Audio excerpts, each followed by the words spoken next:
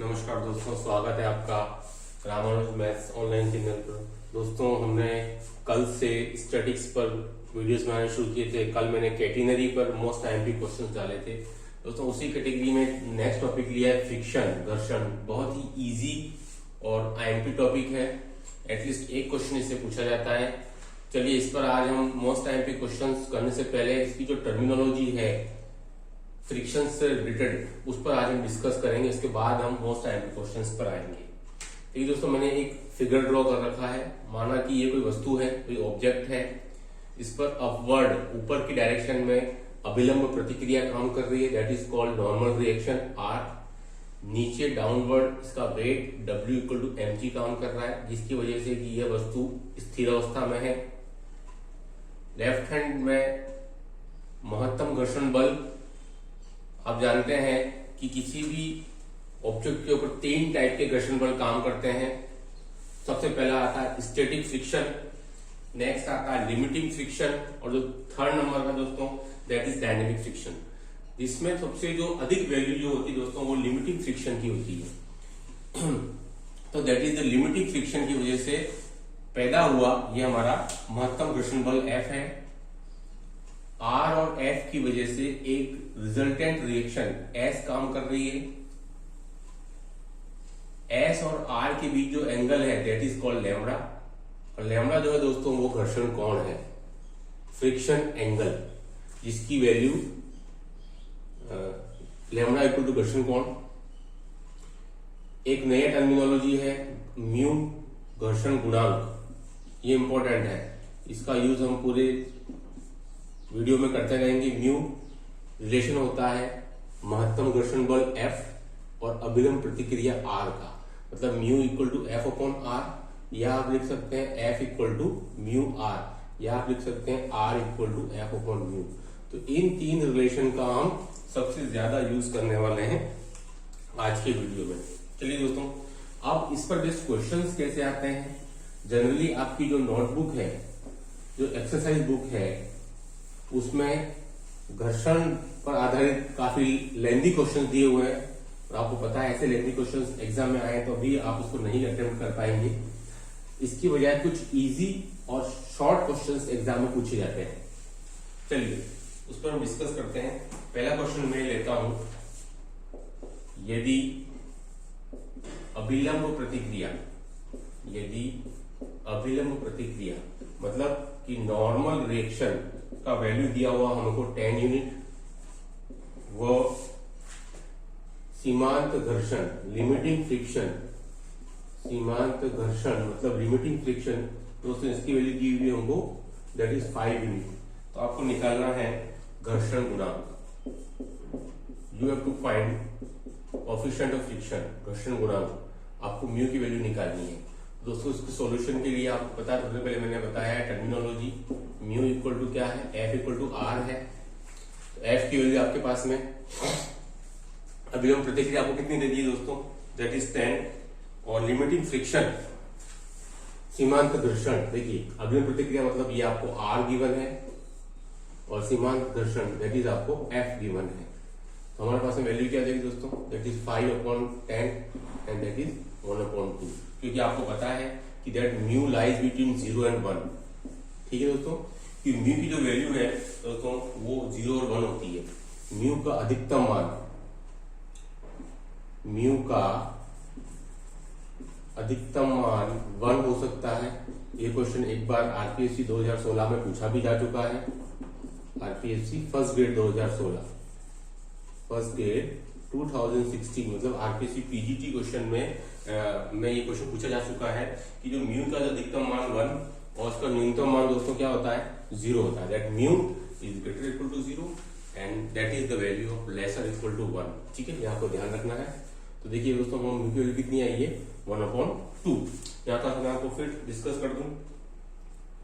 चिकने पिंड के लिए म्यू का मान 0 होता है, जो आपका स्मूथ सरफेस होता है उसके लिए म्यू की वैल्यू 0 होती है, और जो थोड़ा सा रुक्ष पिंड होता है मतलब रफ सरफेस होती है उसके लिए म्यू का मान 1 होता है।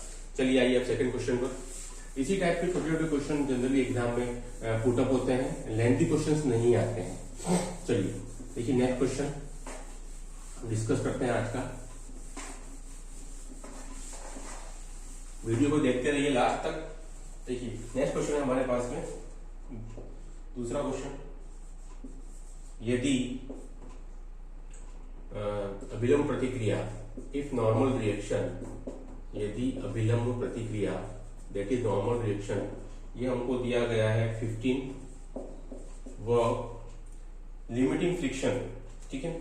हमको जो वैल्यू दी हुई दोस्तों, लिमिटिंग फ्रिक्शन मतलब कि घर्षण बल, लिमिटिंग फ्रिक्शन, सीमांत घर्षण, सीमांत घर्षण हमको दिया गया है 5√3 और वो पूछ रहा है value of angle of friction find, ये इसने पूछा है find value of angle of friction, angle of friction, ये दोस्तों हमको निकालना है, ठीक है। तो दोस्तों value of angle of friction मतलब हमारे पास में क्या था, इसमें हमको वैल्यू निकालनी पड़ेगी इसमें दोस्तों लैम्बडा की। आपको ध्यान हो तो value of angle of friction कितना लैम्बडा था, एक रिलेशन मैंने लिखा था that is mu equal to 10 lambda. तो दोस्तों पहले आप 10 लैम्बडा इक्वल टू क्या फॉर्मूला लगा सकते हो, F डिवाइडेड बाय R। थोड़ी देर पहले हमने लिखा है that mu equal to 10 lambda होता है। तो दोस्तों आप 10 लैम्बडा की जगह आप क्या पुट कर सकते हो, that is F upon R। दोस्तों F कितना आपके पास 5√3, ये तो आपके पास R की वैल्यू हो जाएगी, एंड व्हाट इज F, ये आपका F की वैल्यू है। तो क्या वैल्यू हो जाएगी आपके पास 5√3 डिवाइडेड बाय 15, ठीक है। इसको आप एक बार सॉल्व कर लें, 3 टाइम ये कितना आ जाएगा 1/√3। दोस्तों हमारे पास वैल्यू कितनी आ गई, that is 10 lambda equal to 1/√3। तो लैम्बडा की वैल्यू कितनी आ जाएगी 10 इनवर्स 1/√3, मतलब जो लैम्बडा जो एंगल बन रहा था आपके R और F के बीच में दैट वाज 30 डिग्री, ठीक है। आई होप कि आपको समझ में आया होगा, ठीक है। ये लैम्बडा की वैल्यू दोस्तों वो कितनी बन रही थी 30 डिग्री, ठीक है, लैम्बडा, जो कि आपके value of angle of friction कहा जाता है। चलिए आ जाइए नेक्स्ट क्वेश्चन पर। तो इस टाइप के छोटे छोटे क्वेश्चन ही जनरली एग्जाम में पुटअप होते हैं, थोड़ा सा आपको उनको ध्यान देना है, ध्यान से करना है, ठीक है। लेंथी क्वेश्चन जो आपकी एक्सरसाइज बुक में दिए हुए हैं वो क्वेश्चन नहीं पूछे जाते हैं। चलिए देखिए नेक्स्ट क्वेश्चन पर आ जाए। तीसरा क्वेश्चन है,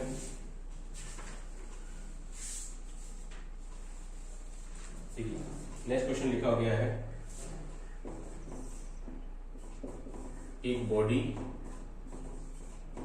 जिसका भार, जिसका वेट दोस्तों हमको दिया गया है 4 kg, स्थिर है, ठीक है। एक बॉडी, कोई भी एक ऑब्जेक्ट है, इसका वेट हमें दिया गया 4 kg, स्थिर है। इसका स्लोप मतलब ढाल, ठीक है दोस्तों, हमको स्लोप या इसका जो ढाल है वो दिया गया है दैट इज 30 डिग्री, ठीक है। तो पूछा है नॉर्मल रिएक्शन, मतलब आपको नॉर्मल रिएक्शन की वैल्यू निकालनी है, अभिलंब प्रतिक्रिया, ये आपको फाइंड आउट करना है इस क्वेश्चन के अंदर।